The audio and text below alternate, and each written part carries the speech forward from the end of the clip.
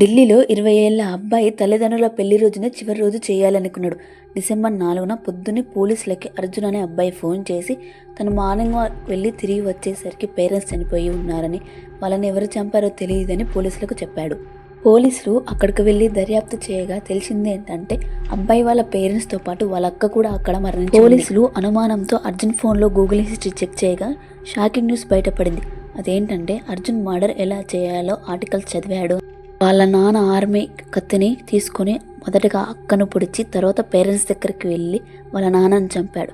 అమ్మ వాష్రూమ్ నుంచి బయటికి రాగానే ఆమెను కొట్టి తనపై ఎవరికి అనుమానం రాకుండా ఉండడానికి మార్నింగ్ వాక్ వెళ్ళి తానే పోలీసులకి కాల్ చేశాడు.